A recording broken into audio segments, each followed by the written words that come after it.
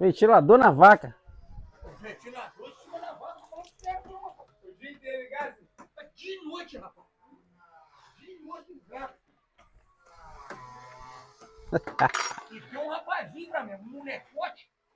Em hora vem um moldão d'água, passa a toalha molhada nela. Nas tetas, no pescoço. É em hora. Em hora? E passado uma hora, ele tá no corpo. Negócio é sério, rapaz. Vai, meu filho, é só ventilador, não. Tem um rapazinho de hora em hora, ele tem que ir lá passar um pano molhado com água. Ô, Serginho, você tá bolado? Sem falar no jornalzinho, que a vaca não pode fazer necessidade no chão lá. É, câmera aí. Bora pra cama. Tem que falar pra cá. Fala não deitar em cima da pedra.